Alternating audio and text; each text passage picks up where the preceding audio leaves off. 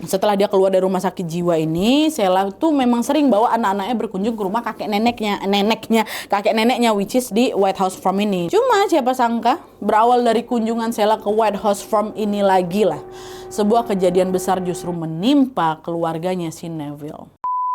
Hai, wassalamualaikum warahmatullahi wabarakatuh. Terima kasih sudah klik video ini. Selamat makan buat kalian yang lagi makan semua ya. Kalian denger aja aku cerita di sini sambil makannya harus sampai habis juga. Malam ini kita akan ngebahas salah satu kasus kriminal yang paling rumit kali di Inggris, Wak. Tapi bukan tentang keluarga harmonis yang tiba-tiba jadi korban, bukan. Justru cerita ini tuh berawal dari dua anak angkat yang dibesarkan dengan cara yang sangat-sangat ketat dan juga serba dikontrol. Sampai hidup kedua anak angkat ini pelan-pelan berubah arah. Di balik tembok rumah mewah megah yang bernama White House Farm, dua anak ini tumbuh dengan tekanan besar, tuntutan agama yang keras, dan rasa tidak bebas yang akhirnya mempengaruhi seluruh jalan hidup mereka. Dan tanpa ada yang menduga, dinamika yang berantakan inilah yang nanti bakal menjadi salah satu kunci penting dalam tragedi besar yang terjadi di rumah itu.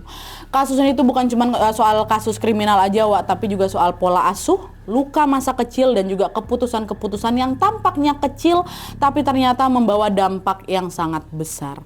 Nah, penasaran dengan kisah selengkapnya? Jadi tanpa berlama-lama kita langsung masuk aja ke ceritanya ya. Check it out.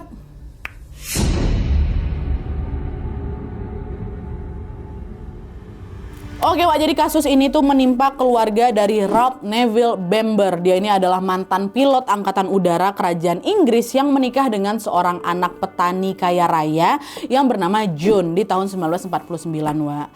Setelah Neville sama si June ini menikah, mereka mendapatkan warisan lagi dari keluarganya June berupa White House Farm. Ini dia adalah lahan pertanian sekaligus juga rumah tinggal milik keluarga June dulunya yang terletak di daerah Page Lane, Tolleshandarsea, Essex, Wak. Dan sejak saat itu mereka pun berdua tinggal di sana setelah dapat warisan ini. Nah, White House Farm sendiri, Wak, lahannya luas sekali, mencapai ratusan hektar. Dan di dalamnya ada banyak sekali petak ladang, ada gudang besar, dan banyak sekali aset-aset berharga lainnya.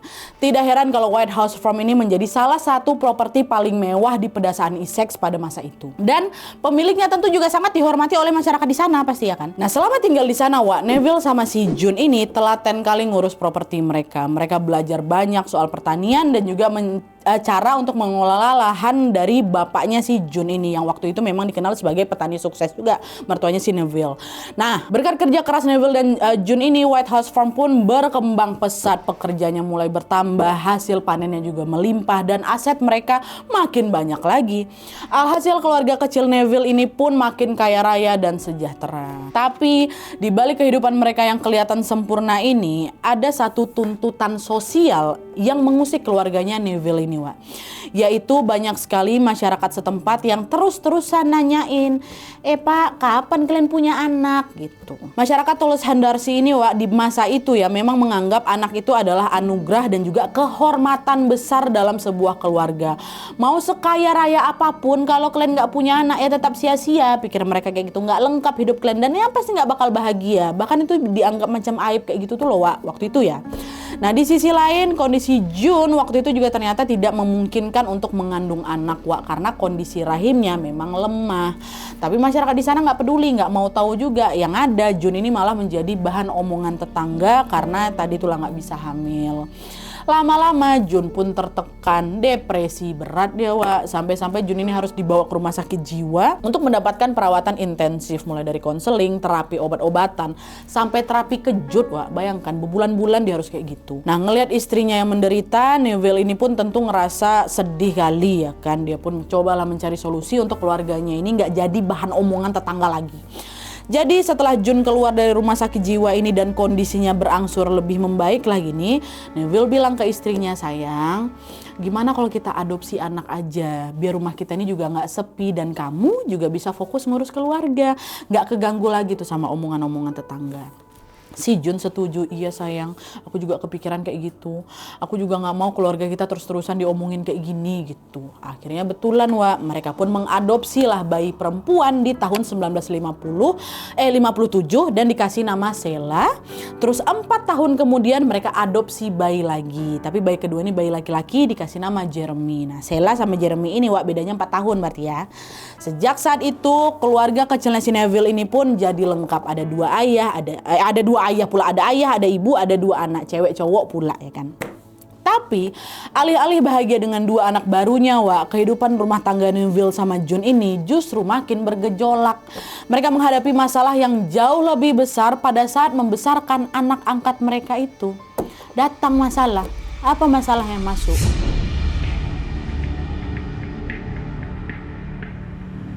Nah jadi setelah mengadopsi Sheila sama Jeremy ini, awalnya June ini sempat khawatir. June itu takut kalau dia ini nggak bisa membesarkan anak-anaknya jadi orang sukses dan juga berbakti sama orang tua. Kekhawatirannya itulah yang akhirnya ngebuat si June ini jadi super protektif sama Sheila dan juga Jeremy. June pun bilang lah itu ke Neville suaminya, sayang, kayaknya nih ya anak-anak kita ini harus diajarin agama dari kecil lah yang biar nanti besarnya dia jadi orang baik kata gitu. Nah kebetulan June ini bisa dibilang orangnya cukup agamis lah, religius dia. Dia ini adalah seorang Kristiani yang sangat taat. Jadi ngedidik agama ini bukanlah hal yang sulit untuk June. Nah dengar itu si Neville ini juga nggak keberatan ya. Aku sih setuju aja yang. Tapi kita tetap nggak boleh terlalu keras sama mereka ya yang ya. Aku juga mau mereka tetap dapat fasilitas pendidikan umum yang baik gitu. Oh iyalah yang kalau soal itu aman katanya si June. Dah jadi sejak kecil kehidupan si Sheila sama Jeremy ini pun selalu diawasi penuh sama June. June selalu ngingetin mereka untuk rajin belajar, untuk rajin beribadah. Ketika mereka masuk usia remaja juga June ini mulai lebih ketat lagi, jam main mereka dibatasi, pergaulan mereka diawasi. Semua itu June lakukan demi bisa menghindarkan anak-anaknya dari pergaulan yang tidak betul. Nah tapi dari sisinya Sheila dan Jeremy, dari sisi anak angkat mereka niat baiknya si June ini untuk menjaga anak-anaknya justru membuat mereka itu ngerasa macam dikekang. Mereka ini ngerasa kayak nggak diberi kebebasan gitu lah untuk milih teman dan juga nggak dikasih ruang untuk bisa nentuin masa depan mereka sendiri. Nah akhirnya selama bertahun-tahun mereka terpaksa lah itu nurutin semua kemauan dan juga pilihan ibu angkatnya ini. Pelan-pelan rasa nggak bebas itu pun numpuk, jadilah frustasi. Dan dari situlah setelah lulus sekolah nih, Sheila sama Jeremy pun mulai berani ngeberontak. Waktu lulus SMA, Sheila bilang sama mama bapak, Pak, Mak, pokoknya aku mau kuliah di Swiss Cottage London. Gak mau tahu aku. Si Sheila ini sengaja milih kampus itu biar jauh dari rumahnya, biar gak diatur-atur lagi sama mamanya. Di saat yang sama Jeremy juga ngomong hal yang sama. Aku juga mau kursus selama di Australia. Aku gak mau sekolah di sini lagi. Katanya dengar itu marah si Jun. Nggak ada cerita. Kalian gak boleh jauh-jauh dari rumah. Bahaya di luar tuh nak. Kalian bisa ketemu sama orang-orang jahat kata si Jun. Sheila bilang lagi, aku udah besar ya bu ya.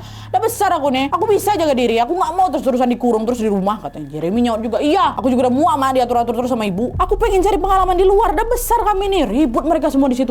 Nah, di tengah keributan itu si Neville bapaknya datang. Bu, anak-anak kita ini udah besar. Mereka pasti juga bisa jaga diri. Kasihlah mereka kesempatan untuk berkembang di luar, Bu, gitu kan. Tapi Bu takut mereka dapat teman yang nggak betul, Pak. Bu, Ibu harus percaya sama mereka. Selama ini kan mereka juga nurut kan sama Ibu kan. Udah, mereka udah besar. Iya sih, Pak. Tapi kan Udah Bu, sudah saatnya mereka pilih jalan hidupnya masing-masing. Mereka sudah besar. Akhirnya setelah debat panjang itu, June pun terpaksa mengizinkan anak-anaknya merantau jauh dari rumah. Satunya ke London, satunya lagi kursus di Australia, ya kan? Dah tuh setelah mereka berdua pergi merantau ini, rupanya firasat si June itu kebukti Sheila sama Jeremy ini memang terjerumus ke pergaulan yang tidak betul selama di tanah perantauan mereka itu. Jeremy yang katanya mau apa tadi kursus selam di Australia kan, malah kabur dia ke Selandia Baru. Di sana dia nggak kuliah, dia nggak kerja juga, tapi dia maunya senang-senang aja, dia nyari hiburan terus pakai duit mama bapak ya. Soalnya kan dulu dia nggak bisa kemana-mana kan, dikekang terus sama mamanya. Jeremy juga beberapa kali nyobain masuk klub-klub malam itu, mabuk-mabukan dia di sana dan menjalin hubungan sama banyak sekali perempuan. Tapi di situ Jeremy akhirnya sadar sendiri, kalau aku terus-terusan kayak gini bisa-bisa nanti marah mau bapak aku, nggak dapat warisan aku nanti dari mereka gitu. Akhirnya pada awal tahun 1980-an Jeremy balik kampung dia balik ke Inggris untuk berbaikan sama mamanya. Jeremy juga memutuskan untuk kerja menjadi buruh di lahannya bapaknya sendiri, lahannya Neville, sekaligus juga belajar cara mengelola properti bapaknya ini kan, properti si Neville. Ngelihat Jeremy yang mulai rajin bekerja, Neville pun memberikan rumah ke si Jeremy di kawasan yang namanya Head Street Goalhanger, biar si Jeremy bisa hidup mandiri di sana lah. Oke, dia udah besar, dia nggak usah tinggal di sini, biar dia hidup mandiri, tinggal aku di luar rumah kami gitu. Dah bebe aja tuh Jeremy dia makin rajin kerja, dia berbaikan sama mamanya, dia juga banyak sharing sama bapaknya kayak gitu. Cuman berbeda dari Jeremy yang milih berdamai sama orang tuanya, si Sheila kakaknya ini justru terjebak lebih jauh ke pergaulan yang nggak betul. Selama dia kuliah di London tadi, bukannya fokus belajar, Sheila ini malah lebih sering nongkrong, mabuk-mabukan, nggak kuliah, bahkan konsumsi narkoba itu. Tiap malam si Sheila ini kerjanya dugem terus sama pacarnya namanya si Colin. Sampai akhirnya hamil di luar nikah ya kan. Waktu ketahuan si Sheila ini hamil, ngamuk si Jun itu. Pastilah dia ngamuk kan. Jun yang dikenal sangat religius dan sangat menjunjung tinggi moral, pasti nggak terima lah anaknya hamil di luar nikah. Kehamilan si Sheila ini dianggap aib besar kali untuk keluarga. Cuma di sisi lain, karena pemahamannya tentang agama ini cukup kaku dan konservatif mungkin ya kan, si Jun ini justru percaya bahwa menghilangkan aib itu lebih penting daripada mempertahankan kehamilan anak angkatnya. Di pikirannya si Jun, hamil di luar nikah itu bukan cuma dosa besar aja, tapi sesuatu yang bisa menjatuhkan martabat keluarga, merusak reputasi keluarga, dan juga bikin mereka ini dipandang hina sama lingkungan sekitar. Akhirnya di sini Jun, itulah dia. Sayangnya si Jun malah mengambil keputusan yang keras di mana si Sheila ini dipaksa ngegugurin kandungannya, Terus Sheila diminta putus kok dari si Colin katanya. Awalnya si Sheila nolak ya kan, tapi karena ditekan terus sama mamanya, nurutlah dia. Dihilangkanlah itu bayi dalam kandungan, Dia juga waktu itu belum lulus kuliah kan, jadi nggak mungkin dia ini bisa ngurus bayi sambil kuliah, dalam pikirannya kayak gitu. Tapi setelah dia lulus kuliah pun, Sheila balik lagi sama si Colin. Bahkan dia memutuskan menikah sama si Colin diam-diam di tahun 1977. Meskipun tanpa persetujuan bapak mamanya. Mereka pun menikah, netaplah di London. Beberapa bulan menikah, Sheila juga sempat hamil yang kedua, tapi keguguran, Nah, kondisi itulah yang bikin mentalnya si Sheila ini mulai keganggu. Karena kan dia udah kedua kali kehilangan janinnya kan. Tapi gak lama Sheila ini hamil lagi. Ya, dia hamil lagi terus ngelahirin anak kembar. Dikasih nama Daniel sama Nicholas. Ini laki-laki dua-duanya. Dan beberapa waktu setelah melahirkan, Sheila dapat kabar si Colin, si suaminya itu selingkuh. Bertengkar hebatlah mereka. Dan mereka pun memutuskan untuk bercerai di tahun 1982. Dan sejak saat itu, kehidupan Sheila makin gak terarah lagi, Mentalnya si Sheila itu betul-betul keguncang kali ya kan. Di satu sisi dia kewalahan juga ngurus dua anak yang masih kecil-kecil sendirian, tapi di sisi lain dia ini juga nggak mau minta bantuan ke orang tuanya karena kan hubungan mereka nggak baik, dari awal pertama itu juga nggak baik kan, nggak pernah berdamai. Masih si Jeremy kan udah berdamai sama mamanya itu nih enggak. Nah karena mungkin udah nggak kuat, depresi lah si Sheila ini, dan kondisinya juga diperparah lagi ketika si Sheila sudah terlanjur kecanduan narkoboy. Sheila jadi sering ngamuk tanpa alasan yang jelas, bahkan pernah juga ada ngelukain anak-anaknya sampai si Sheila ini harus dilarikan ke rumah sakit jiwa karena dianggap udah nggak waras gitu. Sementara dua anaknya itu dititipkan ke panti sosial, pernah dibawa ke RSJ. Nah setelah menjalani perawatan selama berbulan-bulan, dokter di rumah sakit jiwanya si Sheila ini mendiagnosis kalau si Sheila terkena skizofrenia, gangguan mental jangka panjang yang bikin penderitanya susah untuk bedain mana kehidupan nyata dan juga mana kehidupan hayalan itu kan. Kalau penyakit ini kambuh, penderitanya itu memang bisa kehilangan kontrol diri, makanya harus ada yang ngejagain dia. Itulah kenapa pihak rumah sakit pun ngasih tahu orang tuanya si Sheila, Neville sama si Jun, untuk tolonglah jagain anak ibu skizo nih gitu.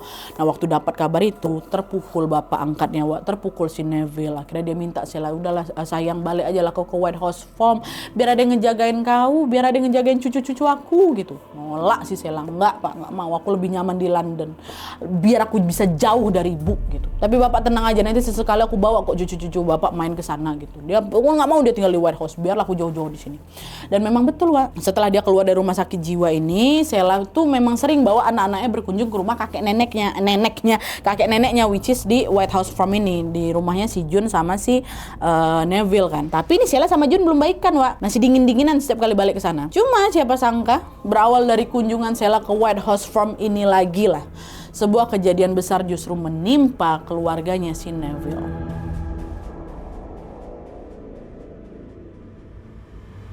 Nah jadi dari beberapa kali kunjungannya Sheila ke White House Farm ini, Jun belum menerima Sheila sepenuhnya. Bahkan dia masih sering cekcok sama si Sheila gara-gara beda pandangan, terutama soal cara mengasuh anak.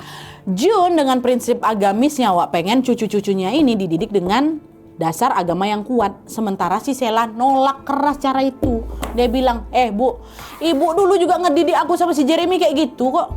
Hasilnya apa? Apa hasilnya? Hidup aku sama Jeremy malah berantakan kan, ibu tengok aja aku sekarang. Skizo aku. Dari situ hubungan keduanya bukannya membaik, Wak, tapi malah makin kacau lagi. Setiap kali Sheila ini datang ke White House Farm, selalu ada aja yang diributin sama mama sama si Jun ini.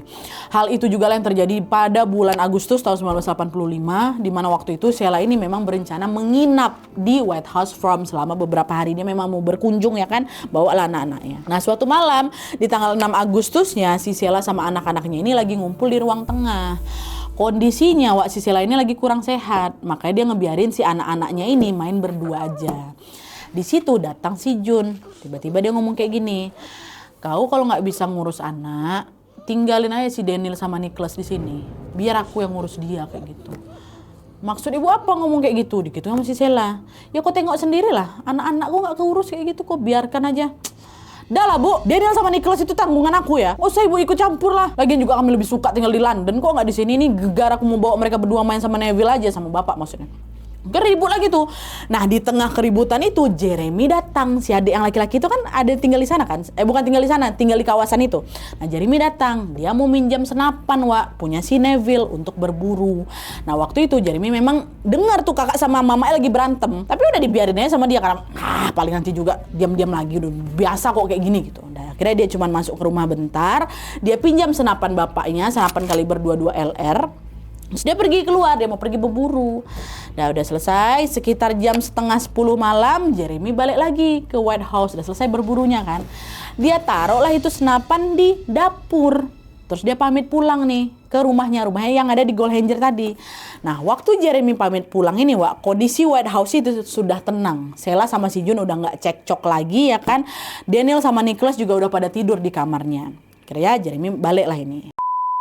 Tapi keesokan harinya sekitar jam 3 pagi, Jeremy tiba-tiba dapat telepon dari bapaknya, dari Neville. Nah, pas diangkat, Jeremy dengar ada suara ribut-ribut, Wak, dari rumahnya si Neville. Nah, suara si Neville juga kedengeran panik.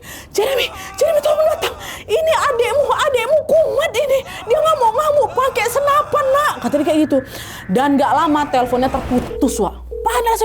Pak. Karena keputus, Jeremy langsung nelpon polisi, Wak. Dan dia juga nelpon pacarnya, namanya si Julie. Yang kamu ke rumah aku sekarang ya, di rumah lagi ribut besar, katanya. Dah, habis telepon, Jeremy langsung akan pergi ke White House Farm itu. Waktu nyampe di sana, Wak, ternyata si Julie pacarnya udah nyampe di situ, terus polisi juga udah datang.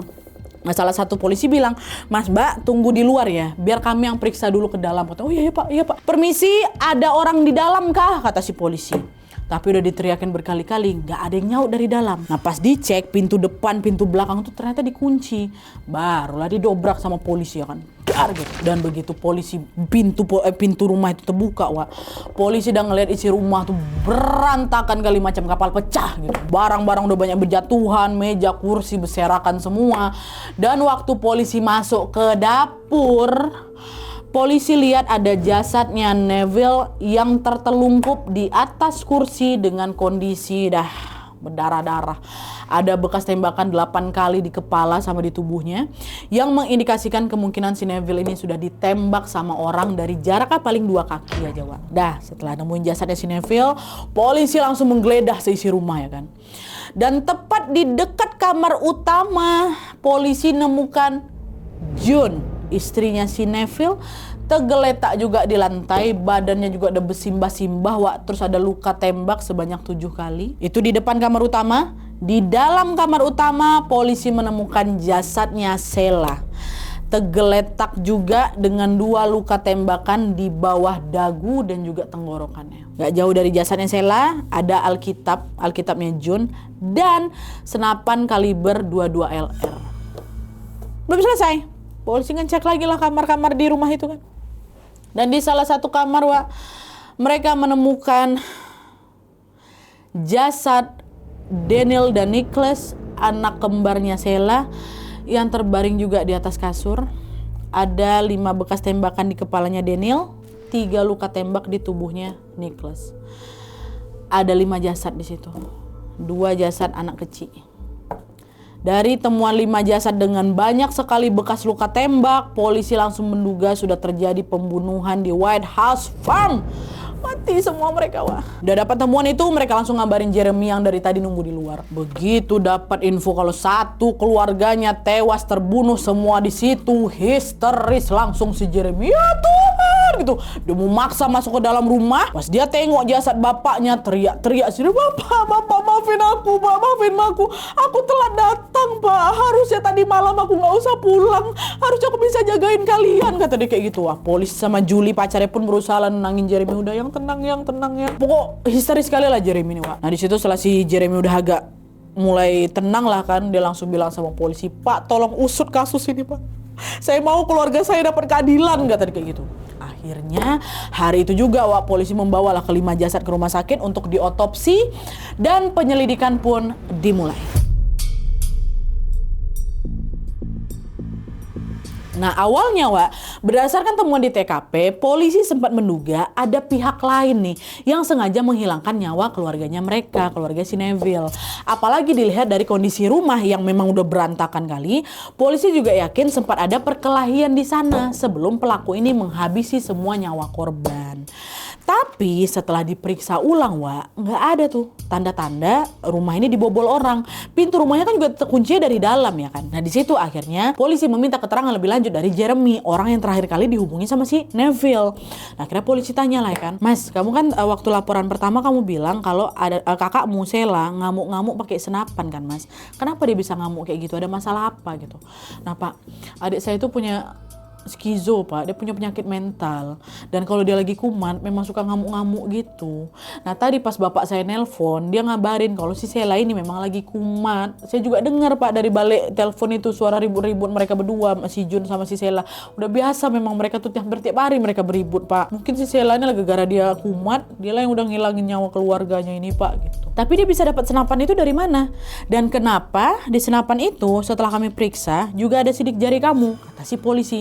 Itu senapan punya bapak kami Pak. Kemarin memang saya sempat pinjam Pak untuk berburu. Terus baliknya saya taruhlah itu di dapur. Coba aja senapan tuh nggak saya taruh di sana Pak, mungkin ini semua nggak bakal terjadi, kata dia. Nah pas bilang itu, Jeremy ini macam kayak lagi nahan sedih gitu loh Wak. Dia seolah-olah nggak mau nuduh kakaknya. Tapi kenyataan di TKP kan memang ditemuin ada senapan kaliber itu kan Wak, yang dia pakai berburu kemarin tergeletak di dekat jasad kakaknya. Dan semua bekas luka tembak di semua tubuh anggota keluarganya ini juga berasal dari peluru senapan itu. Ditambah lagi dari hasil rekam medis Wak, rekam medisnya si Sheila, mereka menemukan ada catatan skizofrenia. Dari situ dugaan awal polisi pun ya sama kayak Jeremy, Sheila yang sudah menghabisi nyawa semua anggota keluarganya gara-gara skizonya lagi kumat. Dan setelah dia ngabisin semua nyawa mereka, Sheila pun bunuh diri dengan nembakin senapan itu ke lehernya 2 kali. Tapi ini masih dugaan sementara Wak ya. Polisi masih harus lagi menyelidiki lebih lanjut sambil nunggu hasil otopsi para korban ini keluar.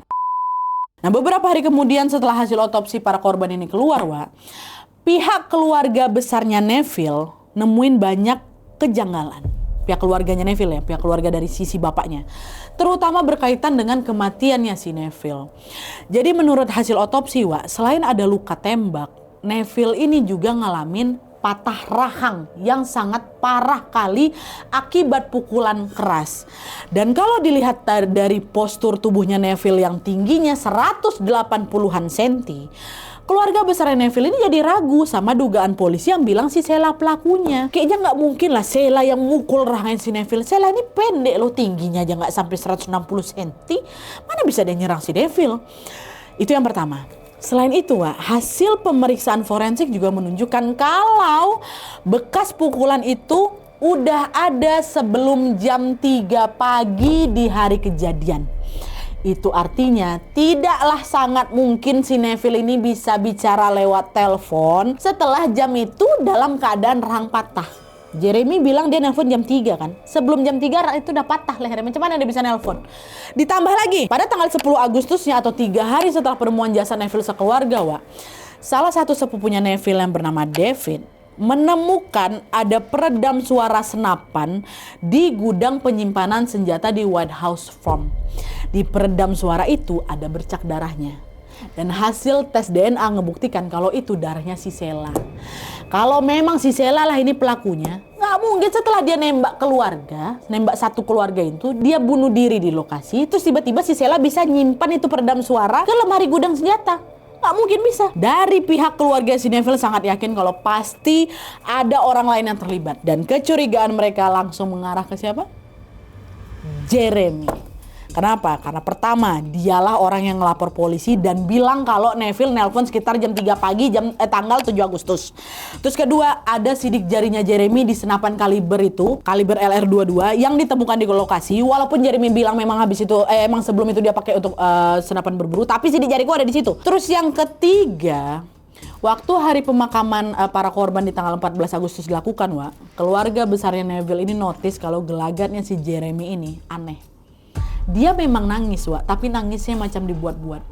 Terus habis nangis, dia masih sempat-sempatnya bercanda-bercandaan sama si Julie pacarnya. Bahkan mereka kelihatan macam nggak lagi berduka, bentar ya berduka ya. Nggak kelihatan ada sedih-sedihnya. Pun setelah pemakaman, mereka berdua langsung pergi ke Amsterdam. Nah, dari kecurigaan itu, keluarga besar Neville pun minta polisi tolong selidiki Jeremy lebih lanjut. Kami curiga sama dia. Dan dari sinilah terungkap semua.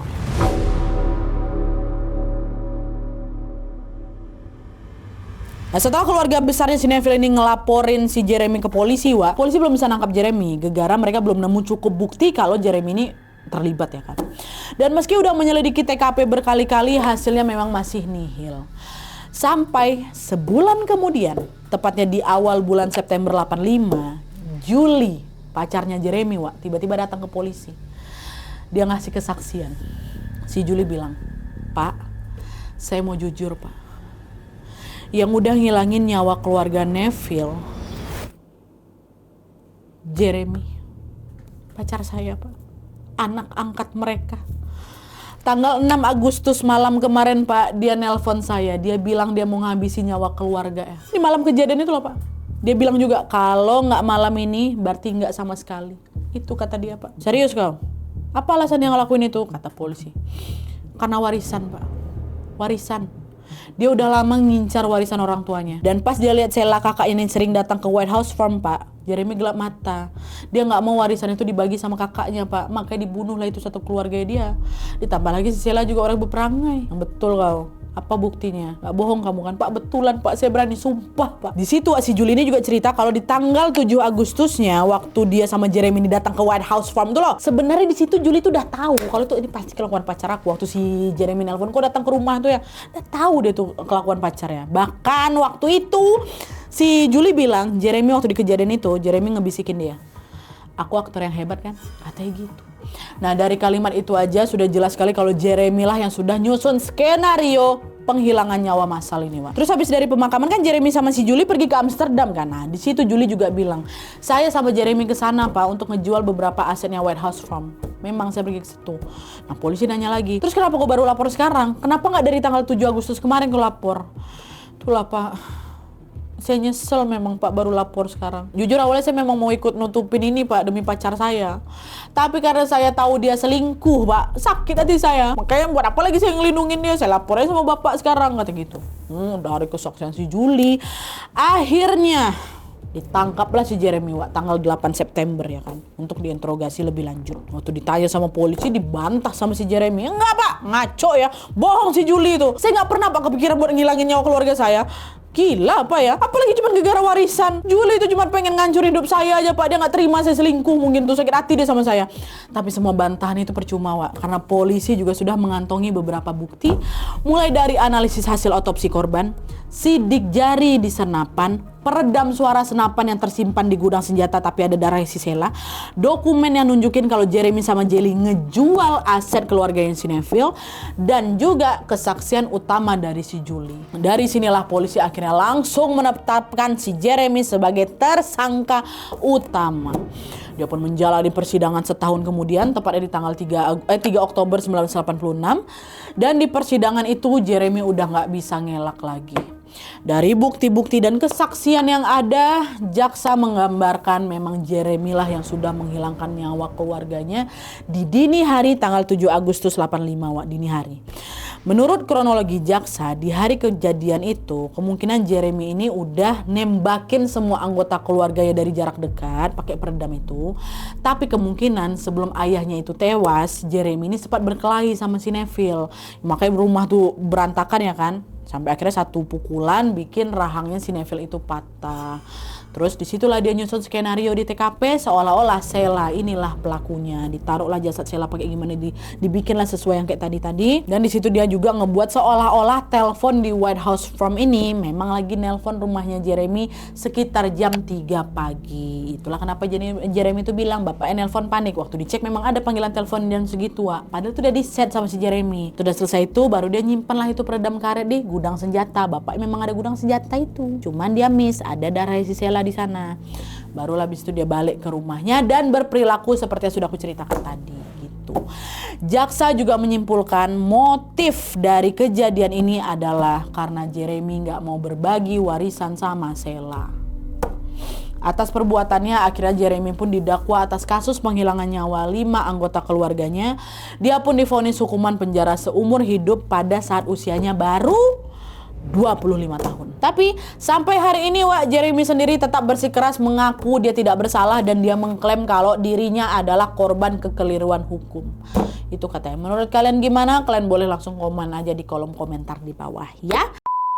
Oke jadi itu tadi kasus penghilangan nyawa keluarga Bamber atau keluarga Neville yang ternyata pelakunya adalah anggota keluarganya sendiri. Nggak habis pikir bisa-bisanya cuma gara warisan nih si Jeremy itu tega menghabisi nyawa keluarganya yang sudah ngebesarin dia, yang udah ngangkat dia jadi anaknya, udah nyayangin dia, ngefasilitasi segala macam.